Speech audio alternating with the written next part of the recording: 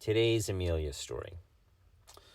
Seeing as how this is Valentine's Day, and I've been itching to tell an Amelia story, this might be a good time to do that. So, without much further ado, I'm going to tell you a little Amelia story today. So what's my Amelia story? Well, it sort of deals with the heart, I guess you could say that. It's more of a piece of advice she gave me. And it's a piece of advice I have not forgotten since she told me. And it's a piece of advice I've followed through in every single one of my relationships. Romantic relationships, that is. So, what's the advice? It's this. Well, before I tell you that, you need a little backstory. I know. Backstory. Yapping. It's worth it. So, I was about 21, 22 years old. Thinking I was 21 years old. I had just finished my last year of Cape Cod Community College, 4Cs. It was a 2-year college, and I wanted to go on into a 4-year college, so I transferred my credits rather than graduating to Northeastern University to do a 5-year program in computer science and communications theory. And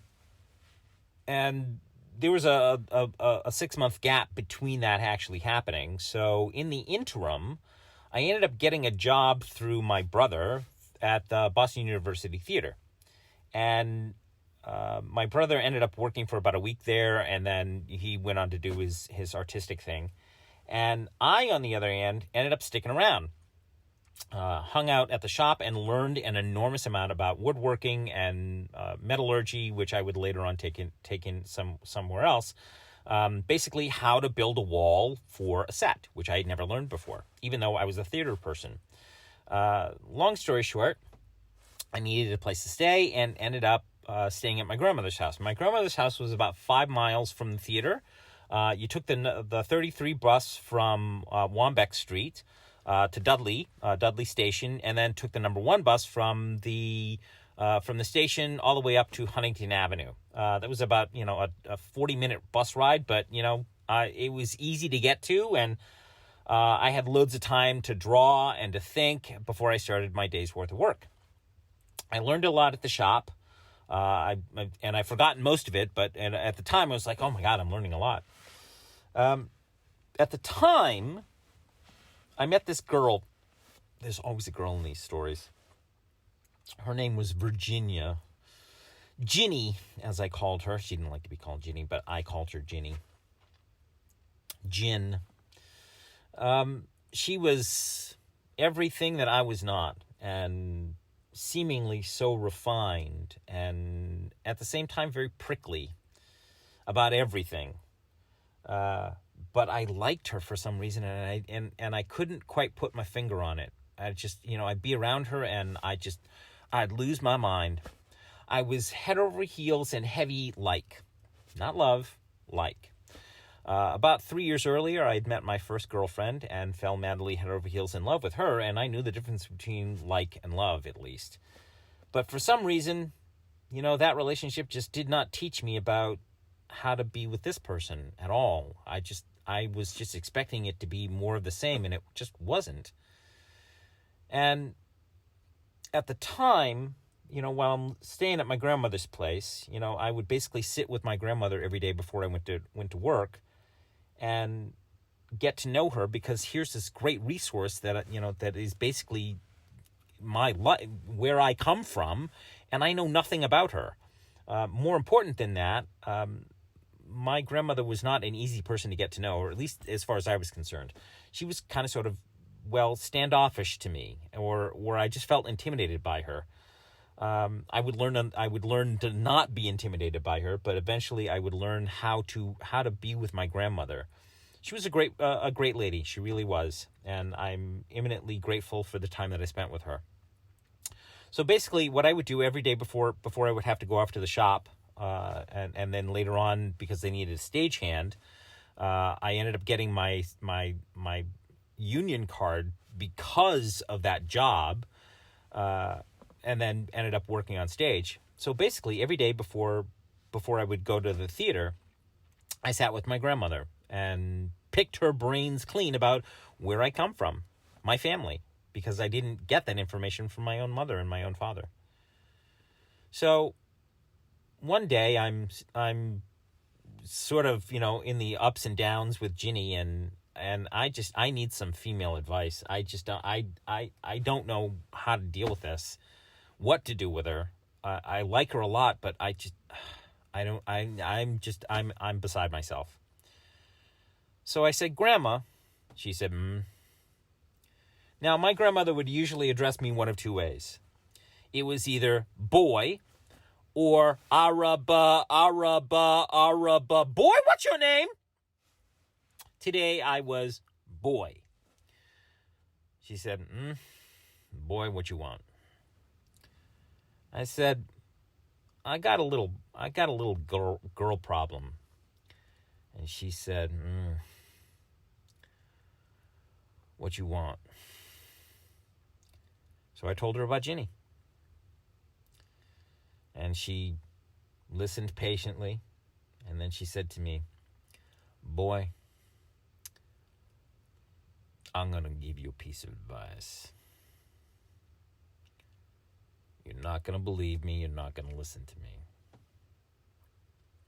I'm going to give you the key to picking the right girl. My eyes got big as quarters. I said, okay. What magic do I need to use to get the girl? How do I know that she's how? She said to me, boy, sex fades. And I went, oh my God, my grandmother's going to give me the sex talk. She continued, and she said, you're going to know all her jokes, all her likes, all her dislikes. Whether she snores or she grinds her teeth or both. How she keeps her house. Those things are going to grate on you. And in the end, the only thing that you will have left is conversation. Because, like I said, the sex fades. Now listen close. And I listened close. And then she said this to me. You need to pick someone who annoys you the least. And I went, what? And she saw the quizzical look on my face, and she said, listen to what I said. The sex fades, and the only thing you're going to have left is conversation.